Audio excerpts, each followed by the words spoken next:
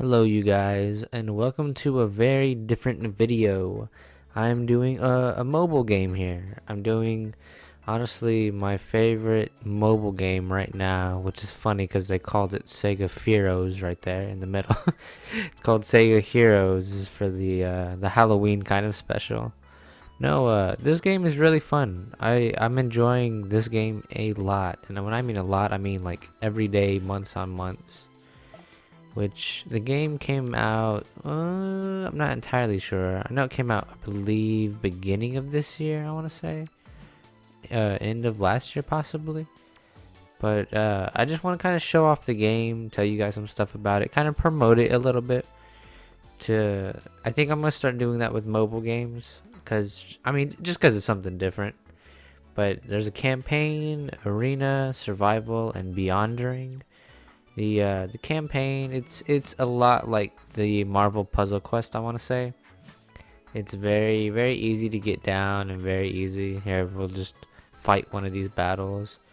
They have a lot of Sega heroes from all their games. You have Altered Beast in here. You have what else? You got Shinobi, Sonic, of course, Golden Axe. Freaking here, better yet, yeah, let me go to the characters. Here are all the heroes. I got 50 out of 55, which here's all the sets that they carry. They carry a lot of characters, and they're adding more and more. I feel like every week or so they're adding more characters to this game, which I love that. I love that they're adding, and there's a whole community to this game now. There's guilds, all kinds of stuff to this. But we'll get right into one of the battles on here. I really shouldn't attempt this.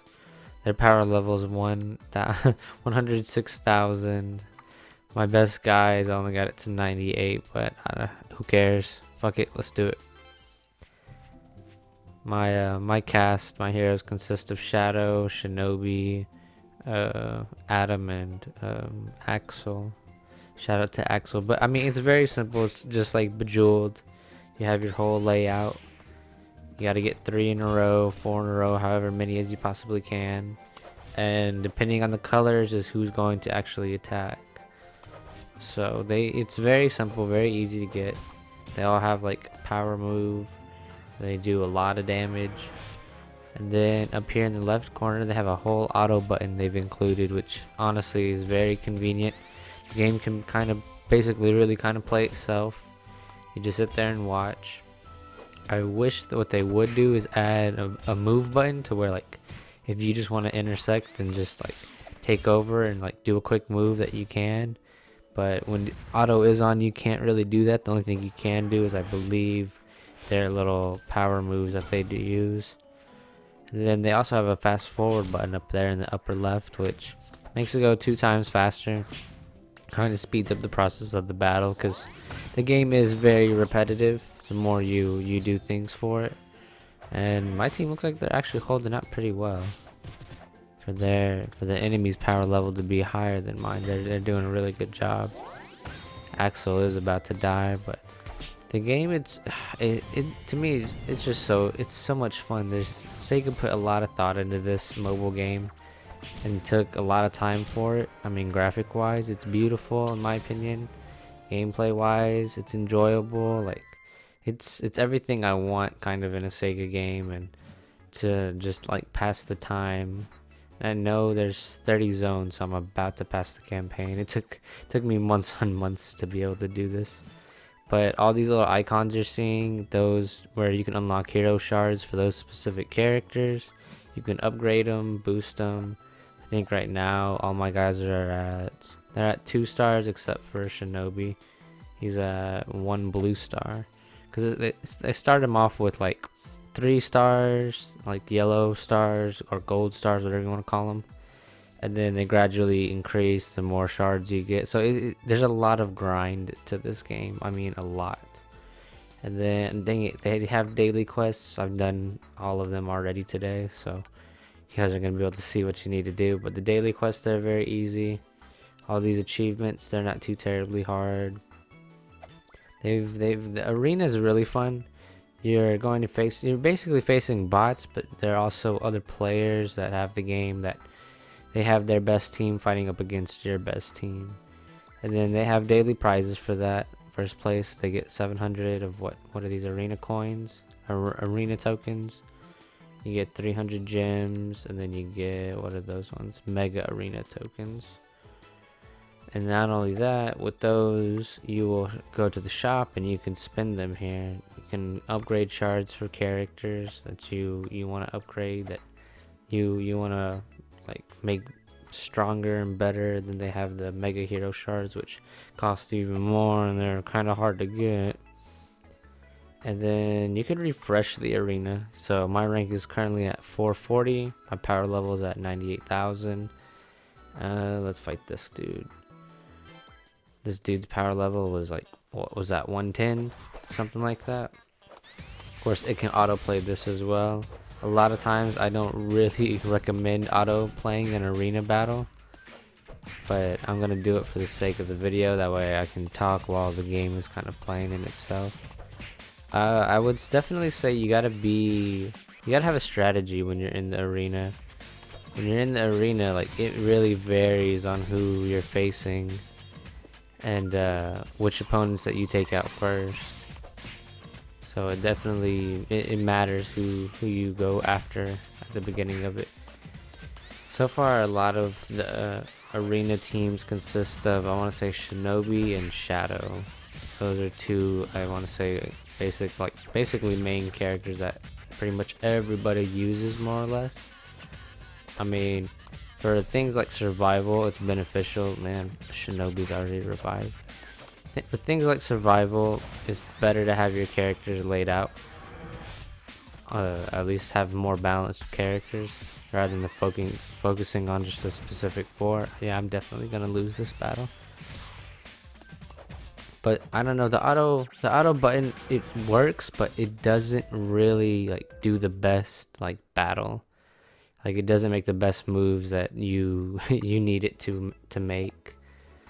And then the whole survival run, it's a basic survival run. I mean, it says it's in its name. They tell you the power level, the rewards, the enemies you'll be facing. You pick your team to fight them. But what's different about this is when your team takes damage, it goes into the next battle. So currently my guys have been hit a little bit, so that's going to carry on to the next battle. This is where I was saying where it's beneficial to have characters that have high power levels in general, to just level up all your characters. That's what I noticed some players do. And this one, it's just basically, I mean, you go through each battle, and then I don't know, they updated survival and made it kind of a little more difficult. I'm not sure entirely why they did that, or what was the purpose. Maybe players were just owning it way too much, and so they had to up the ante on it. But they made it to where, depending on the next fight, they might be stronger or they might possibly be weaker. It varies battle to battle, the power levels that you face. Oh my goodness, look at all these gold stars. Man, you guys wasted all these gold stars. See, like, this is where I'm now coming in and I'm taking over, and I'm gonna play a little bit to try to make better moves than the AI, because the AI is not exactly good. It's kind of all over the place.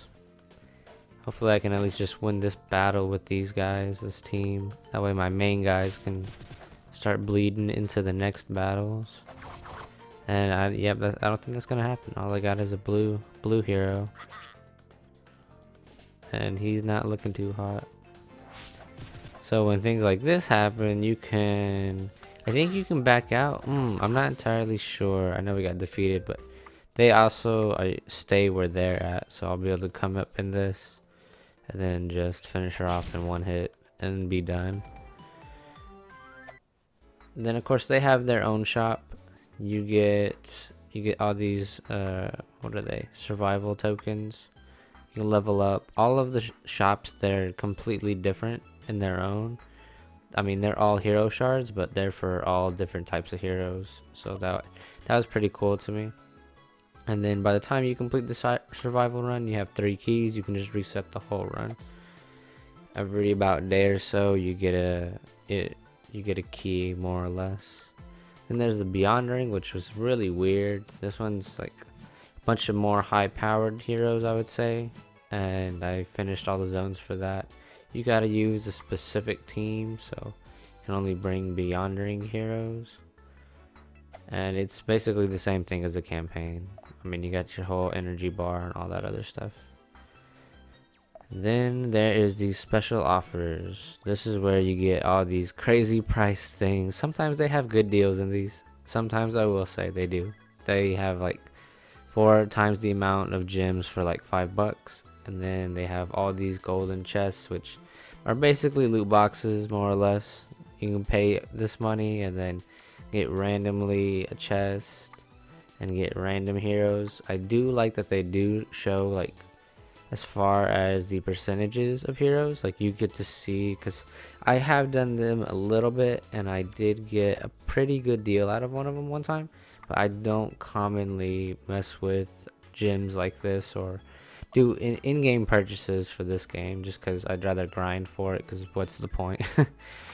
And then they also have a whole variety shop in here too, where you can spend coins, you can spend gems, you can spend it on all kinds of things.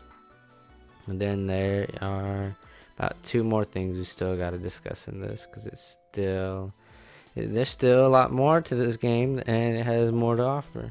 There is a whole entire guild, and in the guild you can see everything. You can have up to 30 members. That's your team. You can see where their arena ranks are. You can see their levels. You can see their best team, their key stats, how many heroes they got, collective power, best team, all that good stuff. And basically the reason why you would want a guild is for bosses and to see where your placement as the guild for special events and like awards and stuff. So shout out to my guild, the Shadow Warriors. We're a pretty good guild. We're still trying to find players. We're still trying to get better. Oh look at that, the boss season has started. That's pretty cool. They added bosses to these, and you can see where your whole entire guild, what bosses they've defeated, and they're adding more bosses. Your whole guild can fight 3 bosses at a time. There's prizes for the end of the season of the boss fight season, where you get rewards as a player, and you also get rewards as a guild. So you can see exactly kind of the process and the leaderships, and see exactly who's contributing, who's really not. Our guild's currently at 465, and you can summon all kinds of bosses. There's Eggman. I don't know how to say this dude's name. House of the Dead guy. That's what I more or less call him. But then they have different classes for him. With these, you can have. This boss has. The boss fights, they're up to 24 hours, and if you didn't defeat them, then you don't get the defeated boss fight reward. But you have 24 hours, and he has 14 million health, and you collectively as a guild will take him out. Now I will say, depending on the class of the boss is how many players can join on that boss battle. Before then, I don't believe they had a limit to that, but an update some time ago they added to where like a class 1 boss, 8 players can go on here that are level 30 and up. And then we've never defeated a class 3 boss, which is nearly impossible, because it's 25 players, everyone has to be level 60 plus, and he has 363 million health. And not only that, like, that is a ridiculous boss. That is a boss to not mess with. Since it is Halloween, I will go ahead and summon one of these guys and just kind of show them off to you. Let's go ahead and do a level 8 boss, simple boss. You gotta summon them with coins, or not coins, what are they called exactly? Let me see what they're called. What are these things called? Guild keys. Guild keys is what summons the boss.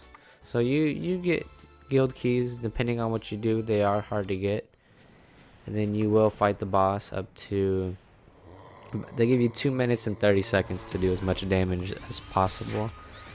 And honestly, I feel like this is why the auto button came into this game, because that 2 minutes and 30 seconds for, I wouldn't say it's a long time, but for a mobile game, I feel like it was a little long. And not only that, I mean, this timer, you can't pause it, you can't close the app out, you can't do anything. It's on its own accord and its own record, and if you don't do any damage within that time, or you got to put your phone down real quick, you just basically wasted that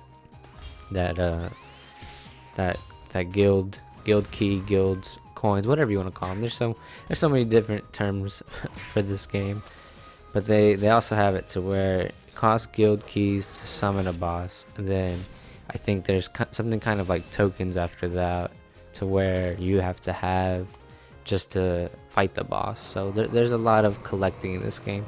Like I said, Sega really thought this game out whenever they decided to do this, to make this mobile game, this addictive mobile game. I'll put it at that too, because this game consumes quite a bit of my time on my phone.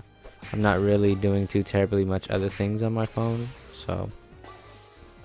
But I've enjoyed this game a lot. It's been out for some time. They've added a lot, and they keep, to me, they can only keep going up, as long as they don't like force in-app purchases, which is something that I've noticed a lot of mobile games pushed. And the second that starts happening, honestly, like I quit those games, give them bad reviews, because there's a lot of mobile games out here where you're basically forced into purchasing the in-app games and weapons and characters just to basically advance, and I really hate that, because I know there's one game, I think it was like a RTS zombie game, and it was kind of like that, and it got so hard that I could not pass it with. I couldn't grind, I couldn't do anything, nothing mattered if I didn't basically buy the in-app games or the in-app characters. Not in-app games, in-app purchases. I'll use that term instead. And this game does a very good job of not really pressuring you. And second, I mean, when I see their prices on their stuff, like, come on, 30 bucks, 20 bucks, I'm not going to spend that much on the game. If they put stuff on sale, I might spend $5 here, $5 there, but I'm not going to spend crazy monies on a mobile game. And then at the end of it, they tell you how much damage you dealt, how much health was taken, and then you get a little reward too. But now the boss is now summoned and he's active, and now you can sit here and see that I'm the top guild attacker for now, and then you get your own prizes for this too.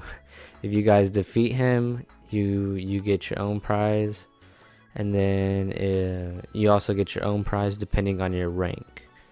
So like I said, the game is very, very rewarding. And then this is also, they also have events, and what the events do is they help you level things up.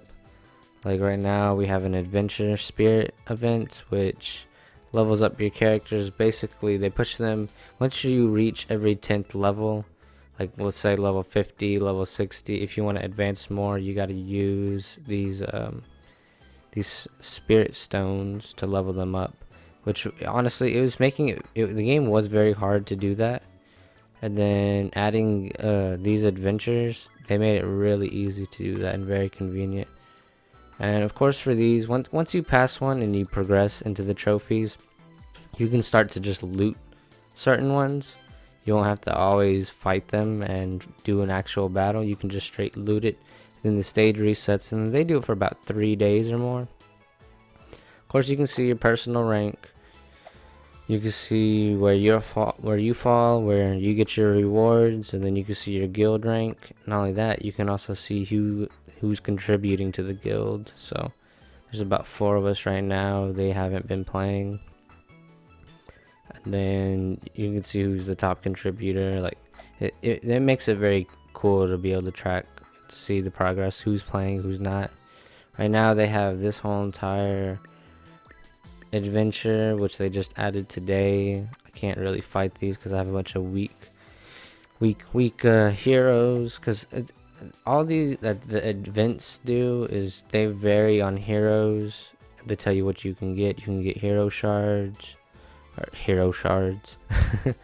You can get skills to up their special abilities.